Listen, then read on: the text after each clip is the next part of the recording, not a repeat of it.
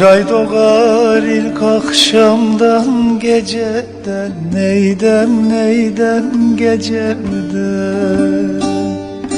Şavkı vurur pencereden, bacada dağlar kışımış, yolcum üşümüş, nasıl edem ben?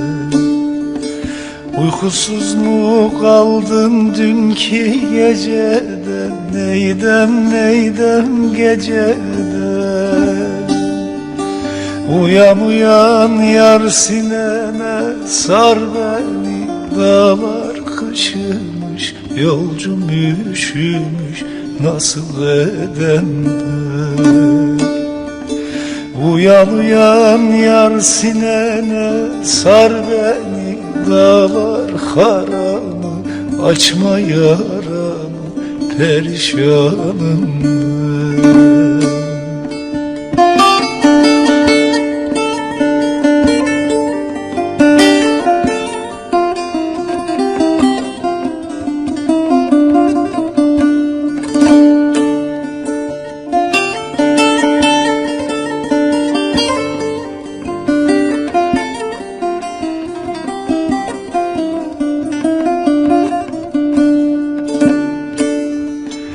Yüce dağ başından aşırdın beni, neydem yar beni.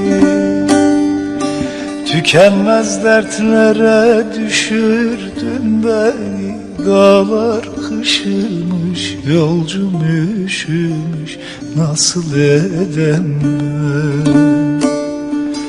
Madem soysuz göğünün bende yoktu, neydem yoktu. Niye doğru yoldan şaşırdın beni, dağlar kışımış, yolcum üşümüş, perişanım ben.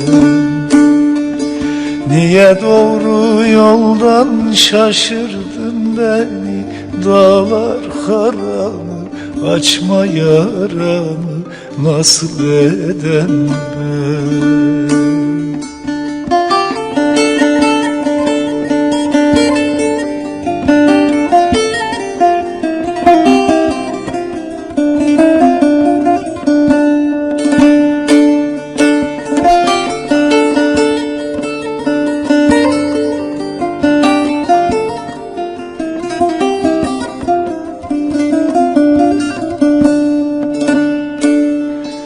Aşağıdan gelir eli boş değil, neydem boş değil.